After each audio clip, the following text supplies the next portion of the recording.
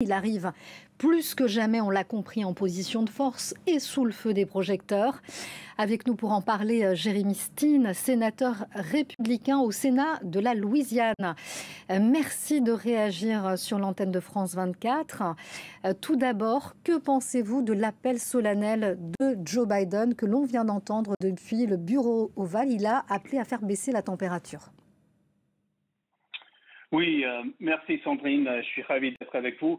Je pense que oui, absolument, nous devons faire baisser la température, comme l'a dit Biden, ainsi que le président de la Chambre au House of Representatives, Mike Johnson, qui de la Louisiane, et l'a également dit. Mais cela commence par le président Biden, qui doit faire baisser la température. Après tout, Biden a dit que nous devons mettre une cible sur Trump. C'était très récemment qu'il a dit ça. Donc oui, il parlait de manière figurée, mais nous devons être plus prudents avec nos mots, surtout maintenant. Nous sommes une nation pacifique, une nation priante, une nation forte, et nous devons régler nos différences politiques dans les urnes et non par la violence. Alors, vous pensez que Donald Trump, lui aussi, a lancé tout à l'heure un rare appel à l'unité. Il se pose aussi en rassembleur. Est-ce qu'il ne fait pas, lui aussi, un peu du Joe Biden? Non, c'est marrant.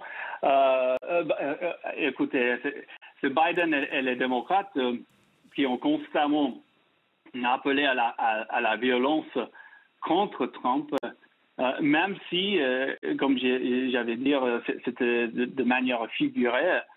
Les démocrates ont constamment déshumanisé Trump et l'ont continuellement appelé Hitler et Adolf Hitler tout le temps.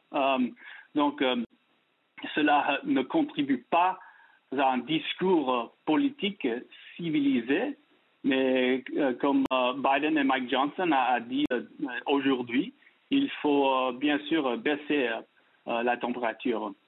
Alors, donc oui, alors le camp républicain dit que ce sont les démocrates qui ont attisé ces violences, mais est-ce que d'une certaine façon ce n'est pas aussi Donald Trump qui l'a fait, puisqu'il est accusé lui aussi d'avoir un peu jeté de l'huile sur le feu? On se souvient de cet assaut au Capitole le 6 janvier.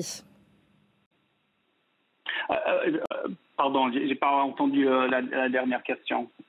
Est-ce que finalement ce n'est pas aussi Donald Trump qui lui aussi contribue à attiser cette violence politique?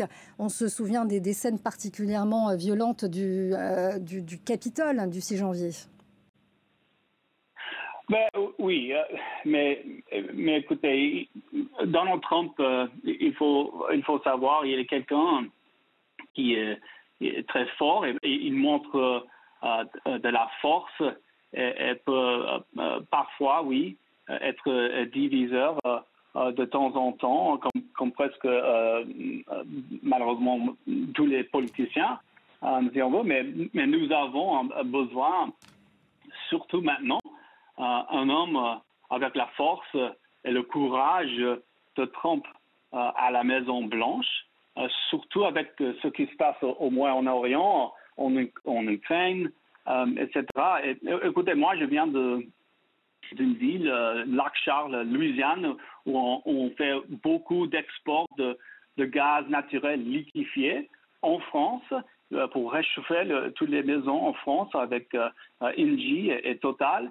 Et on est le plus grand exportateur de GNL en France, ici, en Louisiane, ici à Lac-Charles, d'où je viens, d'où je m'assois maintenant.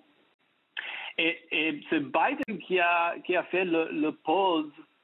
Il veut arrêter le GNL en France et c'est pas bon pour la sécurité nationale.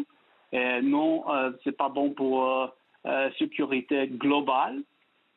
Et c'est Donald Trump, j'espère, que va être le prochain président pour que ça soit mieux, non seulement pour GNL de la Louisiane et pour la France et pour le monde, mais pour tout le monde, pour que ce soit un monde avec beaucoup de sécurité pour les États-Unis et aussi le monde. Alors pour revenir, et pardonnez-moi, à cette séquence à laquelle on a assisté il y a un peu plus de 24 heures, qui peut susciter de la sympathie vis-à-vis de Donald Trump, est-ce que finalement elle ne pourrait pas se retourner également contre lui et accélérer d'une certaine façon la sortie de Joe Biden de cette présidentielle s'il y avait un autre candidat démocrate face à lui? C'est une bonne question. Je crois que Joe Biden et surtout Jill Biden, sa femme, ils veulent qu'il reste dans la campagne. Mais écoutez, Donald Trump va être notre président, c'est presque sûr. Et je pense que tout le pays, même les démocrates en ce moment, se rallient derrière Trump. Surtout pour le moment, car il voit en lui tout le monde, les Américains, et surtout le monde, la force du courage. Quand un homme est attaqué par un assassin et qu'il se lève en criant « fight, fight, fight », il commande le respect de toute la nation et du monde. Merci et quand je beaucoup. expose ça avec le président de Biden sur les escaliers qui tombe tout le temps, c'est pas bon. Merci Donc, beaucoup. Merci beaucoup, Jérémy Steen. On a bien compris votre propos. Merci. Vous êtes sénateur républicain au Sénat de Louisiane.